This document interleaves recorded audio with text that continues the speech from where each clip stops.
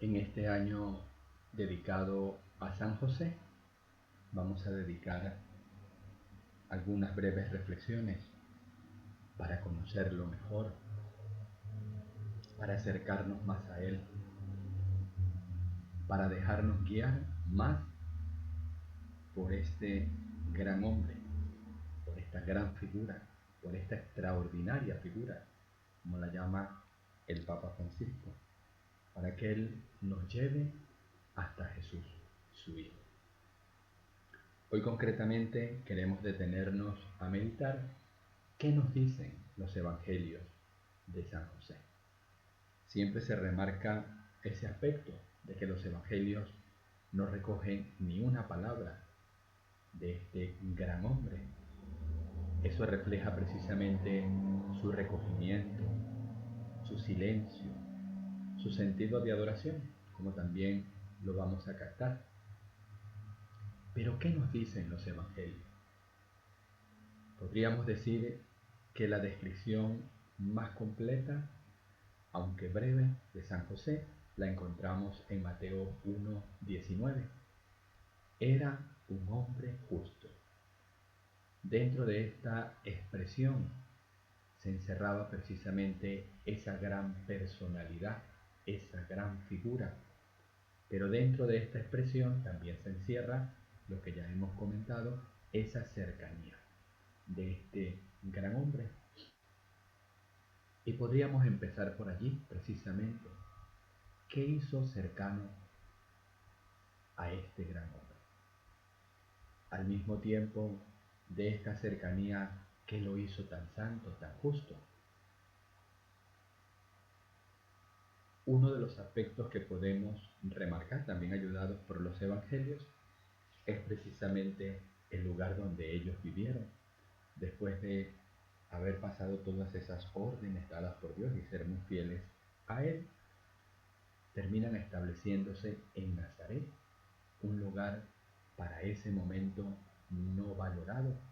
Incluso conocemos esa expresión, de Nazaret puede salir algo bueno, sí, y salió, y allí precisamente se estableció José. Evangelio de Juan 7:52, Evangelio de Juan 1:46.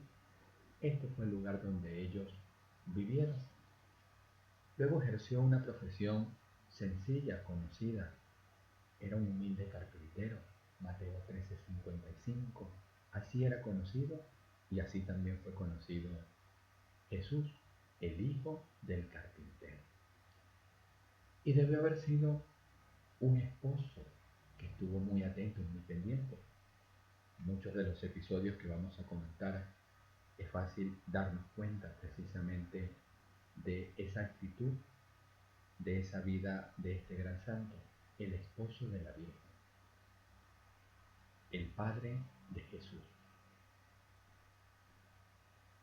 Luego podríamos detenernos a pensar en su fidelidad religiosa. Lo más fundamental es haber sido obediente al ángel y asumir la paternidad legal de Jesús, reflejada en Mateo 1:21. Pero al mismo tiempo, ¿cómo valoró lo que la fe le pedía? Al octavo día llegó a circuncidar el niño, a ponerle el nombre. Lucas 2:22-35. Escuchó la profecía de Simeón sobre Jesús y sobre su esposa María.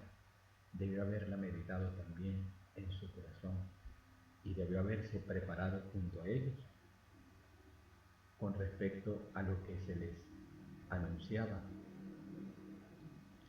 Llevaba al niño al templo de Jerusalén a cumplir con sus deberes religiosos.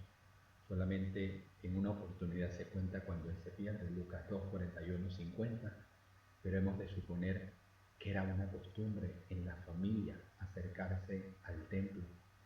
Y también nos encontramos en ese momento, por una parte, con ese gran sufrimiento que le ocasionó haber perdido a Jesús. Tu padre y yo te buscábamos angustiados, es la expresión de María.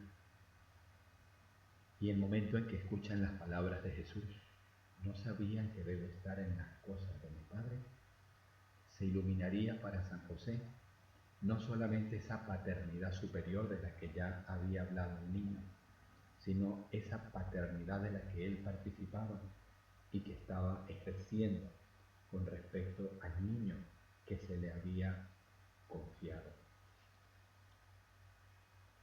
Luego, con respecto a Dios, hay que remarcar esa disponibilidad, esa prontitud en cumplir lo que Dios le pedía.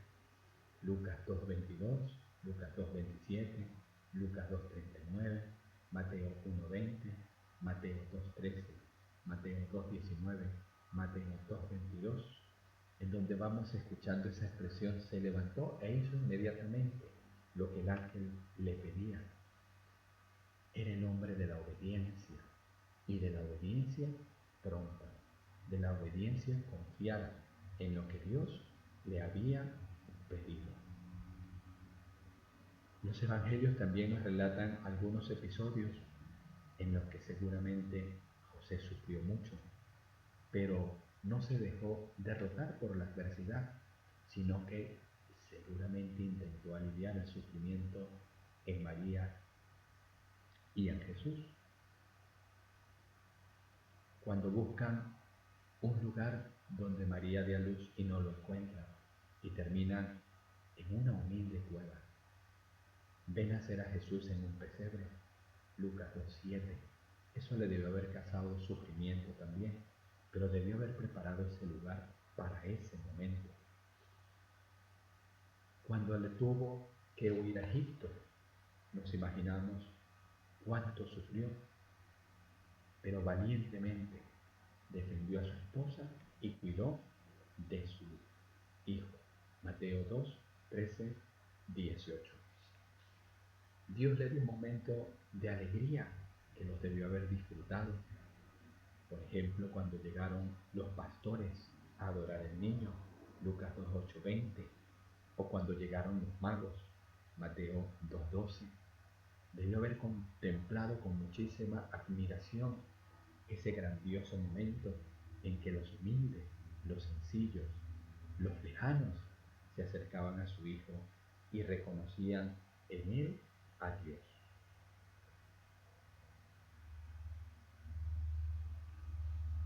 Qué grande es esta figura de este gran hombre, figura extraordinaria y cercana. Cuánto bien nos hace a nosotros repasar estos textos que hemos mencionado de los evangelios y a través de los cuales, aunque de una manera muy breve y muy sencilla, nos encontramos con este gran hombre, con este gran santo, sobre el cual el Papa Francisco quiere que dirijamos la mirada durante este año jubilar.